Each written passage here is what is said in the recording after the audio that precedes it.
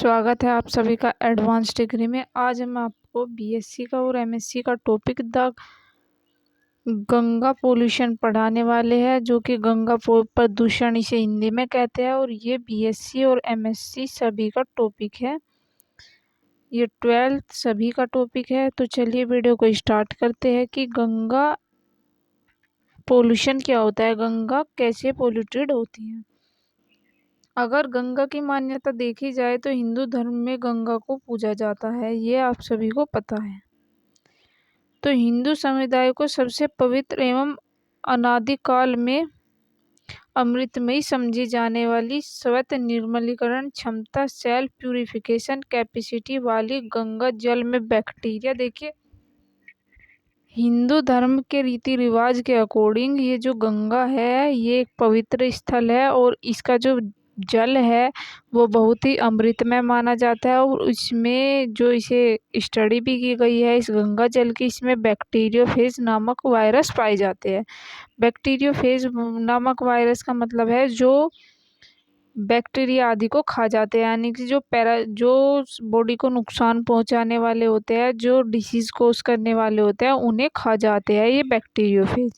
तो ये नामक वायरस पाए जाते हैं जो बैक्टीरिया आदि को खा जाते हैं। तथा स्वर्ग का द्वारा जो स्वर्ग के द्वार होते हैं वो गंगा नदी अब अपने किनारे पर स्थित नगरों तथा कारखानों में संचयमलता खेतों में निकल अपशिष्टों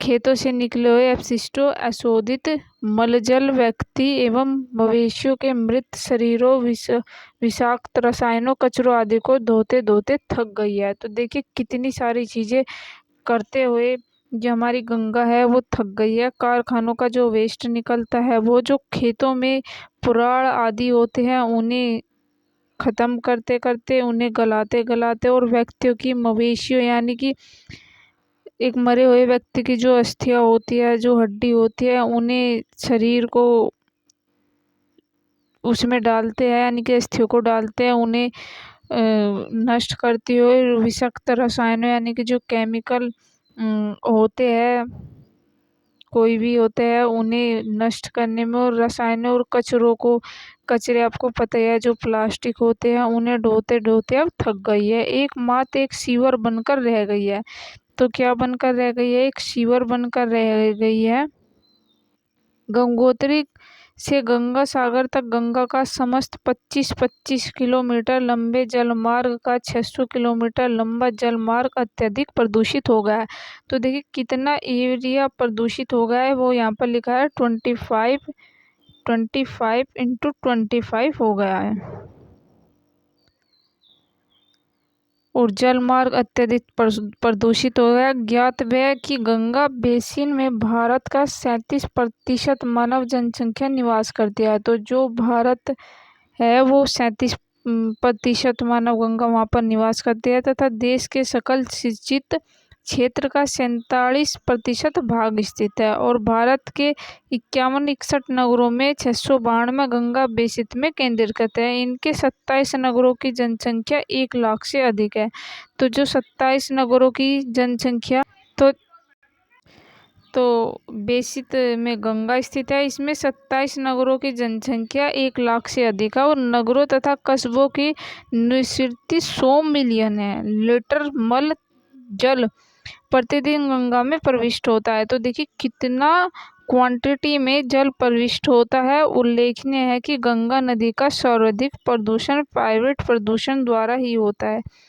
तो किसके द्वारा होता है? सबसे ज़्यादा प्राइवेट प्रदूषण के द्वारा होता है। भारत में केंद्रीय सरकार ने गंगा नदी को शुद्ध करने के लिए, प्रदूषण से मुक्त करने के लिए बीड़ा उठाया। तो ये तो उठा नहीं था क्योंकि बहुत ज़्यादा लॉसेस हो रहा था।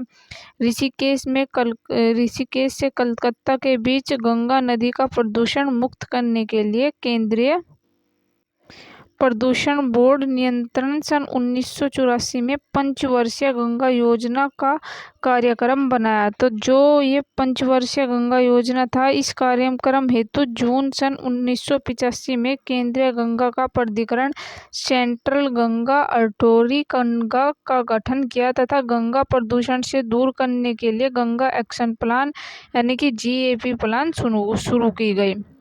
तो GAP प्लान जो फर्स्ट है वो क्या था 1986 से